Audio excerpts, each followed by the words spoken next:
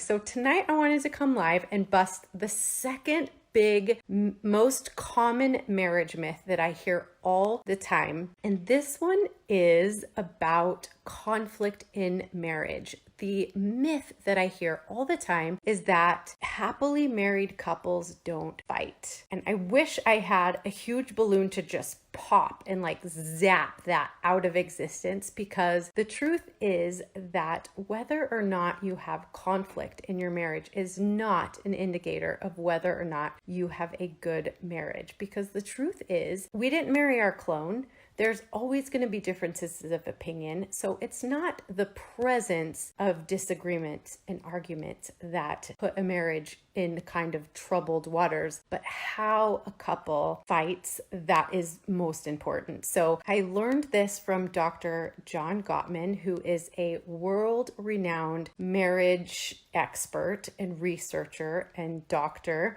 And he became famous by being able to predict with 91% accuracy whether or not a couple would end up with, whether a marriage would survive and thrive or whether a marriage would break up after watching them fight in his love lab for 15 minutes. So he could watch a couple interact for just 15 minutes and predict with 91% accuracy whether or not they would stay together in the next 6 years. It's crazy, with crazy percent accuracy. So he has all of these studies and all the things that he learned from watching couples fight, and the presence of fighting or conflict in no way dictates whether or not the couple will stay together, but it's kind of the way they fight. So one of the things Dr. Gottman talks about is the presence of the four horsemen, which is criticism, contempt, defensiveness, and stonewalling. That's what Dr. Gottman calls the four horsemen. So this myth is actually super layered,